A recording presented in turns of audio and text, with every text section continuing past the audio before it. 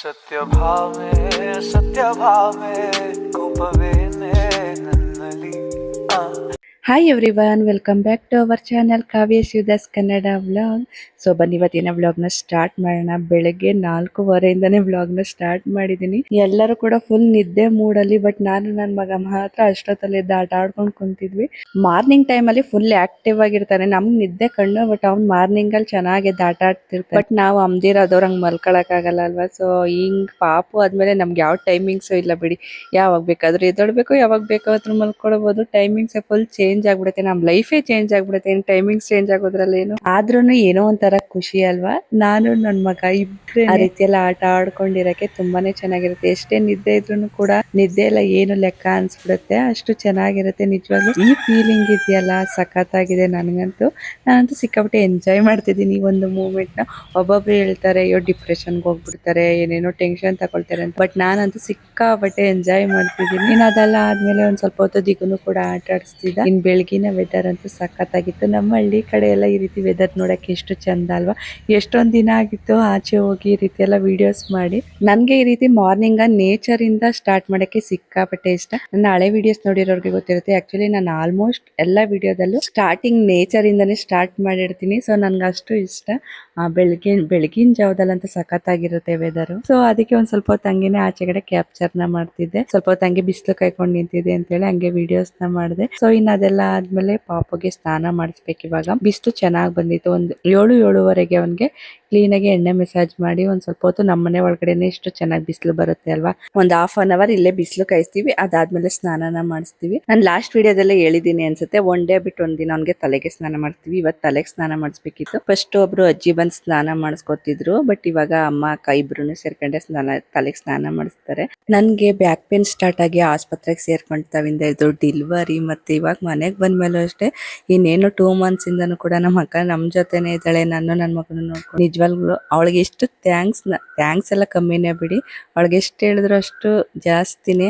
ಅಕ್ಕನಿಂದ ಹೆಚ್ಚಾಗಿ ಅಮ್ಮ ಆಗಿ ನನ್ನ ಜೊತೆ ಇದ್ದಾಳೆ. ನಿಜವಾಗ್ಲೂ ನನ್ ಯಾವ್ದೇ ಕಷ್ಟ ಟೈಮಲ್ಲಿ ಇರ್ಲಿ, ಹ್ಯಾಪಿ ಟೈಮಲ್ಲಿ, ಎಲ್ಲಾ ಟೈಮಲ್ಲೂ ನನ್ನ ಜೊತೆ ಇರ್ತಾಳೆ. ಹೇಳಿದ್ನಲ್ಲ ಫಸ್ಟ್ ಥ್ಯಾಂಕ್ಸ್ ಅನ್ನೋದು ಸಿಕ್ಕಾಬಿಟ್ಟೆ ಚಿಕ್ಕ ಅಂದ್ರೆ ಸ್ಮಾಲ್ ವರ್ಡ್ ಅವಳಿಗೆ. ಯಾವ ರೀತಿ ಎಕ್ಸ್ಪ್ಲೇನ್ ಮಾಡ್ಬೇಕು ಅಂತ ನನಗೆ ಗೊತ್ತಿಲ್ಲ. ಬಟ್ ಏನೇ ಆದ್ರೂ ತುಂಬಾ ಥ್ಯಾಂಕ್ಸ್ ಕಣೆ ಅಕ್ಕ, ಈ ರೀತಿ ನನ್ನ ಜೊತೆ ಇರಕ್ಕೆ. ಇನ್ ಮುಂದೆನೂ ಕೂಡ ಇದೇ ರೀತಿ ಇರು. ಹಾಗೇನೆ ಯಾರ ದೃಷ್ಟಿನೂ ಕೂಡ ನಮ್ಮಿಬ್ರ ಮೇಲೆ ಬೀಳ್ತೇ ಇರ್ಲಿ. ನಿಮ್ ಮನೇಲಿ ನಿಮ್ಮ ಅಕ್ಕ ಯಾವ ರೀತಿ ಇರ್ತಾರೆ, ಇದೇ ರೀತಿ ಇರ್ತಾರ? ಕಮೆಂಟ್ ಮಾಡಿ ನೋಡೋಣ. ಇನ್ನು ಪಾಪುಗೆ ಆಯಿಲ್ ಮಸಾಜ್ ಮಾಡಿ ಅಕ್ಕ ಅಮ್ಮ ಇಬ್ರು ಸೇರ್ಕೊಂಡು ಸ್ನಾನ ಎಲ್ಲ ಮಾಡಿಸಿದಾದ್ಮೇಲೆ ನಾನು ಅವ್ನಿಗೆ ಏನ್ ರೆಡಿ ಮಾಡ್ಕೊಳ್ತೀನಿ ಅದನ್ನ ಮಾಡ್ಕೊಳ್ತೀನಿ. ನನ್ನಂತೂ ಇದ್ರಲ್ಲಿ ಸಿಕ್ಕಾಪಟ್ಟೆ ಇಷ್ಟ ಪಾಪುಗೆ ಈ ರೀತಿ ಎಲ್ಲ ರೆಡಿ ಮಾಡೋದು.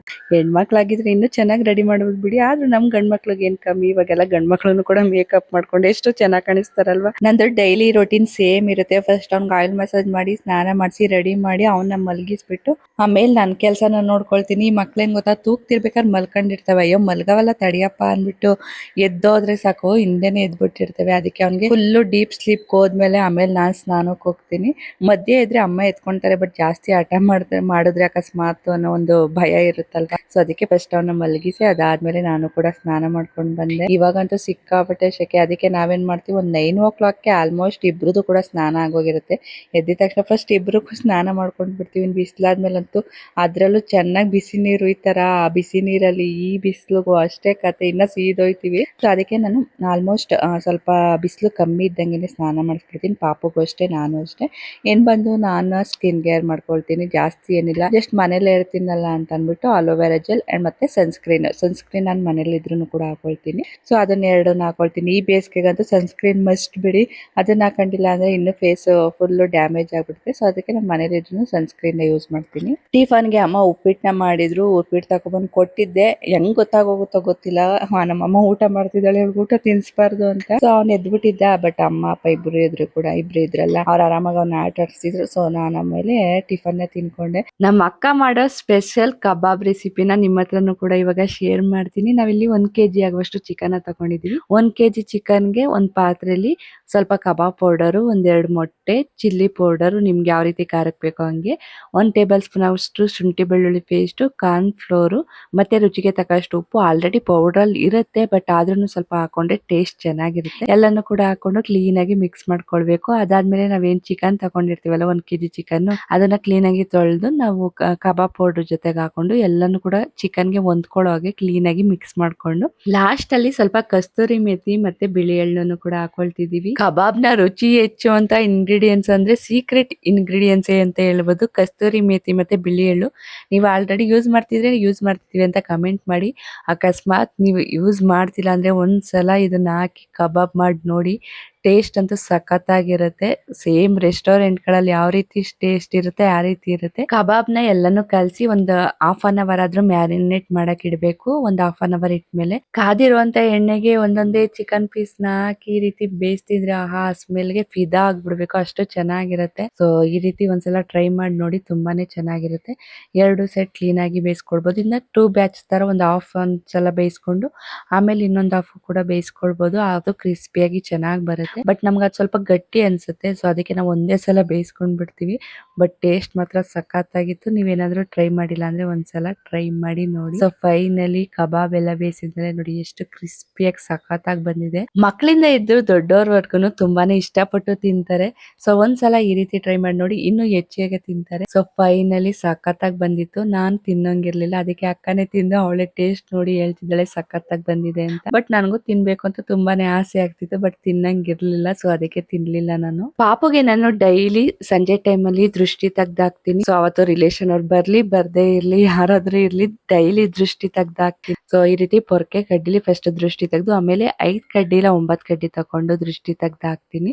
ನೀವೆಲ್ಲ ಪಾಪುಗೆ ಯಾವ ರೀತಿ ದೃಷ್ಟಿ ತೆಗಿತೀರಾ, ಬೇರೆ ಇನ್ಯಾವ್ದಾದ್ರು ಟೈಪ್ ಇದ್ರೆ ನನ್ಗೂ ಗೊತ್ತಾಗುತ್ತೆ, ಕಮೆಂಟ್ ಮಾಡಿ. ನಾನು ಡೈಲಿ ಅವನ್ಗೆ ಪೊರ್ಕೆ ಕಡ್ಡಿಲಿ ಮತ್ತೆ ವಿಳ್ಯದೆಲೆ 2ರಲ್ಲಿ ದೃಷ್ಟಿ ತೆಗ್ದಾಕ್ತೀನಿ. ಇನ್ಯಾವ್ದಾದ್ರು ನಿಮ್ಗೆ ಗೊತ್ತಿದ್ರೆ ನನ್ಗೂ ಕೂಡ ಹೆಲ್ಪ್ ಆಗುತ್ತೆ, ಕಮೆಂಟ್ ಮಾಡಿ. ಇಲ್ಲ ಅಂದ್ರೆ ನಿಮ್ಗೆ ಯಾರಿಗಾರು ಗೊತ್ತಿರೋರ್ಗೆ ಎಲ್ಲ ನಿಮ್ಗೇನೆ ಪಾಪು ಏನಾದ್ರು ಹಠ ಮಾಡ್ತಿತ್ತು ಅಂದ್ರೆ ಈ ರೀತಿ ದೃಷ್ಟಿ ತೆಗ್ದಾಗ ನಿಜವಾಗ್ಲೂ ಕಮ್ಮಿ ಆಗುತ್ತೆ. ಹಾಗೇನೆ ಕಾಯಿ ಕಂಠ ಅದ್ರಲ್ಲೂ ಕೂಡ 3 ಕಣ್ಣಿರ್ತಾವಲ್ಲ ಅದ್ರಲ್ಲೂ ಕೂಡ ದೃಷ್ಟಿ ತೆಗ್ದು ಹಾಕ್ತಾರೆ.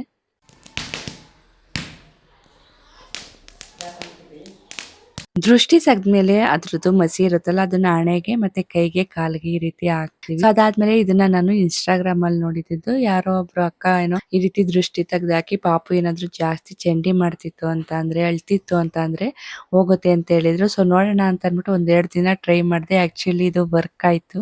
ನಿಮ್ ಪಾಪು ಏನಾದ್ರು ನೈಟ್ ಎಲ್ಲ ಅಳ್ತಿತ್ತು ಚಂಡಿ ಹಿಡ್ದಿತ್ತು ಅಂತಂದ್ರೆ ವಿಳ್ಯದಲ್ಲಿ ಈ ರೀತಿ ಮಾಡಿ ನೋಡಿ, ನಿಜವಾಗ್ಲೂ ಇದು ವರ್ಕ್ ಆಗುತ್ತೆ.